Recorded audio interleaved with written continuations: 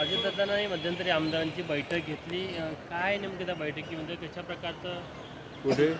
आता मुंबईला बैठक नाही, मला माहिती नाही. मी हजर नव्हतो, मला माहिती. पक्षांतर्गत राष्ट्रवादीत काय चाललेलं आहे? कारण की सगळे आरोप सरकार आल्यानंतर सगळे राष्ट्रवादीवर होत आहे. म्हणजे आरोप कशाचा? धनंजय मुंडे झालं, नाही, ते ठीक आहे. ते आता आणखीन काही सिद्ध झालं नाही. जोपर्यंत सिद्ध होतं नाही त्याच्याबद्दल प्रतिक्रिया देणं चुकीचं होईल. महत्त्वाचं म्हणजे आम्ही काय आलो दुसऱ्या कामाच्या निमित्ताने आम्ही इथे आलो आणि आमचं जे MD आले आपलं प्रभाकर, ते म्हणजे महत्त्वाचं म्हणजे तिथे जे आता हिअरिंग होतं आपला तुझ्याकडचं, तिथे की आपल्याला अधिकचा अधिक माल काढला पाहिजे या दृष्टिकोनातून 25 मेट्रिक टन आपण काढणार आहोत. म्हणजे लोकांच्या दृष्टिकोनातून हा फार महत्त्वाचा प्रोजेक्ट आपण आज ते हिअरिंग झालेलं आहे. दावोसमध्ये गडचिरोलीसाठी जवळपास 3,000 कोटींचे करार झाले. तुम्ही गडचिरोलीत एवढे दिवस झाले राजकारण करतायत, तुम्ही याचं स्वागत करणार तर काय वाटतं? यामुळे चेहरामोहरा बदलेल? नाही, आता ते 3,000 नाही, आता 1.5 लाख कोटी इन्व्हेस्ट करणार आहेत आपले जिंदर साहेब JSWच्या माध्यमातून. कल्याणी 5,000 कोटी इन्व्हेस्ट करणार आहेत. तर अशा प्रकारचा इन्व्हेस्टमेंट त्या आपल्या या गडचिरोली जिल्ह्यामध्ये होत आहे आणि एक चांगला एक काम म्हणजे फार मोठा जे आमचं विजन होतं ते विजन पूर्ण होत आहे आणि त्या दृष्टीने एक चांगलं काम होतं. धनंजय मुंडेचा राजीनामा मागतायत, तुम्ही एक वरिष्ठ नेते त्या पक्षाचे म्हणून तुमचं काय मत आहे?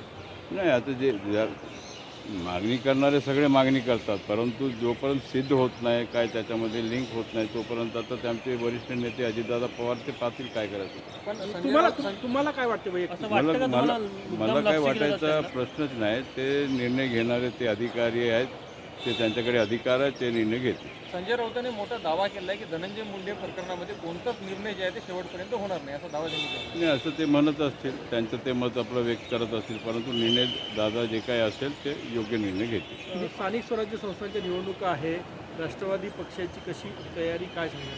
नाही, आम्ही आमच्या जिल्ह्यामध्ये आपण कामाला लागलेलो आहोत, सगळे लोक कामाला लागले आहेत आणि त्या दृष्टिकोनातून आम्ही जरूर जिल्ह्यामध्ये महायुतीच्या आम्ही आघाडी करून आम्ही निवडणूक लढणार. निधी मिळत आहे का तुम्हाला? काही आपण पाहिलं यापूर्वी आरोप प्रत्यारोप होत होते, महाविकास आघाडी असेल त्यानंतर महायुतीमध्ये आमदारांना निधी मिळत नाही. एका पक्षातला आमदार असला, दुसऱ्या पक्षात सरकार असलं, तुमचा अनुभव काय आहे आमदार म्हणून? थोडंफार कमी जास्त लोक बोलत असतात, परंतु निधी सगळ्यांना भेटते. तुम्हाला मिळत आहे गडचिरोलीला? मिळणारच ना. गडचिरोली का आता आम्ही सगळं पैसे इतका उभा करत आहोत, तर गडचिरोली कसं नाही मिळणार? अंजली दमानिया यांनी अजित पवारांना धनंजय मुंडेंविरुद्धचे जे सगळे पुरावे आहेत ते दिले आहे. त्यानंतर काही पुढच्या घडामोडी काही पावलं उचलतात काय? अजितदादांशी काही बोलणं झालं नाही, काय? असं ते बोलत आहेत, परंतु काय वस्तुस्थिती आहे ते आता आपल्याला कळेल. दादा ते मुख्यमंत्र्यांशी बोलतील आणि त्या निर्णय घेतील. या सरकारमध्ये ऑडिट सिस्टम असणार आहे, मंत्र्यांच्या कामगिरीचं पुढच्या काही दिवसात ऑडिटही होणार आहे. तुम्हाला अजूनही आशा आहे असं वाटतं? नाही, ऑडिट म्हणजे आता चांगलं आहे. मुख्यमंत्री ऑडिट घेतलंच पाहिजे, काय मंत्री करत आहे नाही करत आहे. जे मंत्री निष्क्रिय नसतील त्याच्याबद्दल ते योग्य ते निर्णय घेतील. एक ऑडिट सिस्टीम चांगलं आहे, म्हणजे एक कुठेतरी एक चांगला व्यवस्था होतं.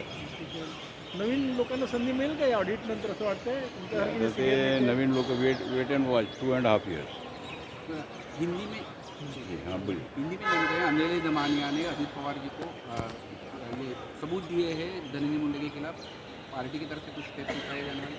नहीं, सबूत तो दिए है करके आप बता रहे, मैं भी सुन रहा हूँ, परंतु वो सबूत में कितना दम है, उसमें कुछ है क्या वस्तुस्थिति? अगर है तो कार्रवाई होगी.